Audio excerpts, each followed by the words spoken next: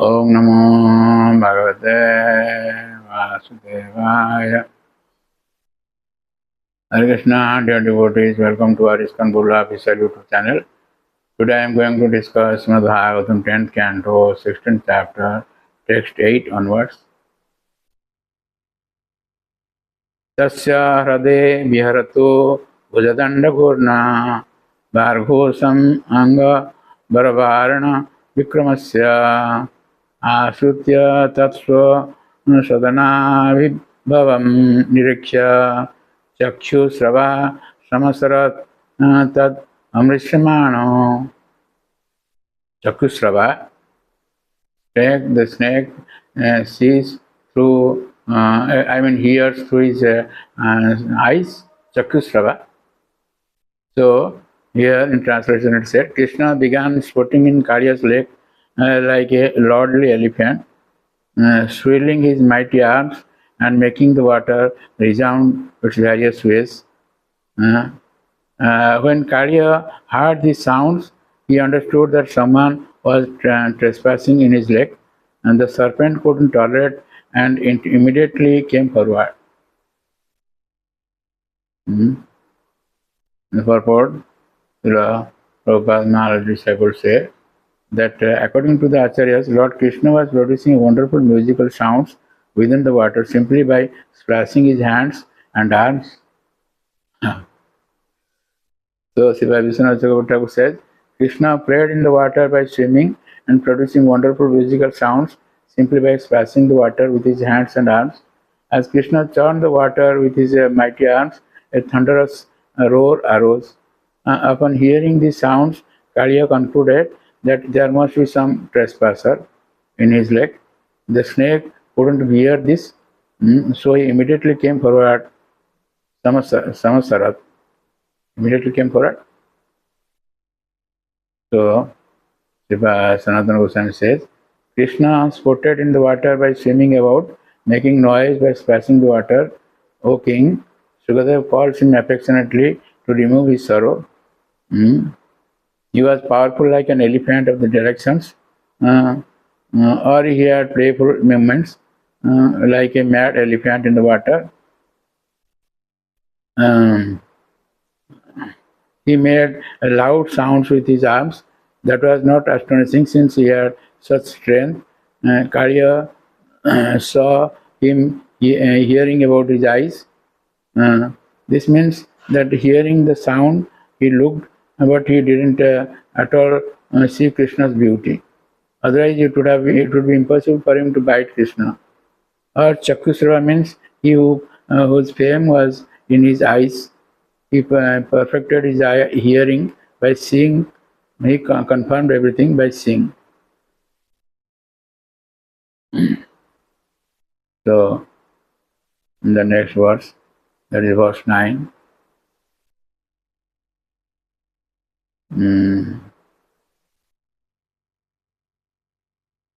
Tam prakshaniya sukumara ganavadatam sivasapita vasanam smita sundarasyam kidantam apratibhayam kamalodharangrim sandasya marmasur rusa bhujayata chada.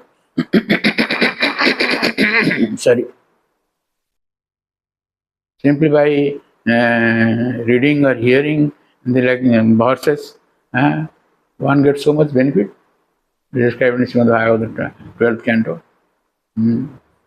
By reading one verse or half verse or half of the half like that, one will be liberated from this material world. So in the translation it is said that Kaliya saw that Sri Krishna, who wore yellow silken garments, was very delicate. How attractive body, shining like his attractive body shining like a glowing white cloud, his chest bearing the mark of Sivasa, his face smiling beautifully, and his feet resembling the whole of a lotus flower. The Lord was playing fearlessly in the water. Despite his wonderful appearance, the envious Kaliya furiously beat him on the chest and then completely enwrapped him in his coils. The snake is coming from up and Kaliya is seeing from down. So this is a photography in words. Krishna Radha Gundushan Maharaj says it is a photography how Krishna is coming down and the Kaliya is looking up, seeing the beauty of the Lord. But he was not enamored by the beauty of the Lord because it is Khara, it is a cruel person. So Sripad Sanatana Goswami said, actually biting Krishna in his sensitive points was like kissing his limbs. Some different acharyas have different appreciation or deliberation on this point. So, gripping Krishna in his coils was like embracing Krishna's limbs. It did him in anger or passion or actually prema, since he was most beautiful. Thus later Krishna would show him great mercy.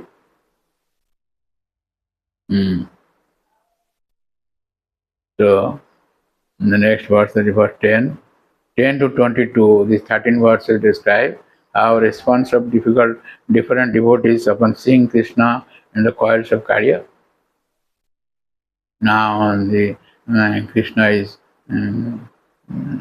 bound in the coil. So tam nagabhoga parivitam adishta alokya tat priya sakha pasupa brusartaha Krishne arpitatma shrud artha kalatra kama dukha nushoka bhaya modha dhiyo nipeto. When the members of the coward member community who had accepted Krishna as their dearest friend saw him enveloped in the snake's coils, motionless, they were greatly disturbed. They had offered Krishna everything, their very selves, their families, their wealth, wives, and all pleasures. At the sight of the Lord in the clutches of the Kaliya snake, their intelligence became deranged by grief, lamentation, and fear, and thus they fell into the ground. Mudha. They fell into the ground. The purport, Prabhupada Maharaj's disciples, quotes from Sanatana Goswami explaining that the cowherd boys, along with some cowherd men and farmers who happened to be in the vicinity and who were also devotees of Krishna, fell to the ground just like trees that had been caught at the root.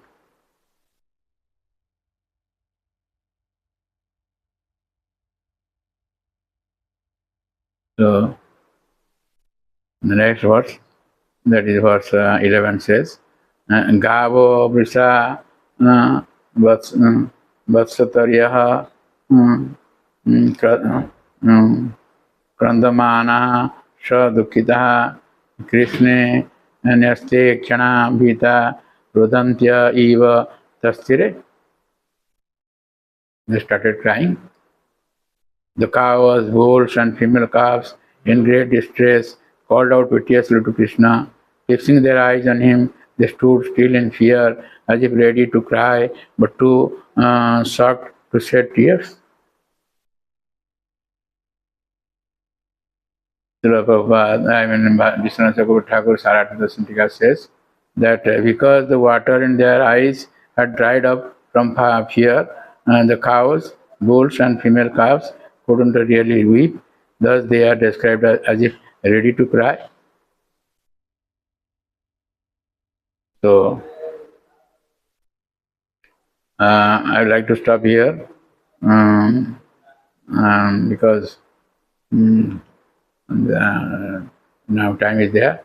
So, thank you very much for listening to this lecture, and please don't forget to subscribe, share, and like our channel, and get the blessings of the Lord. Hare Krishna. Hare Krishna, Krishna Krishna, Hare Hare, Hare Rama, Hare Rama.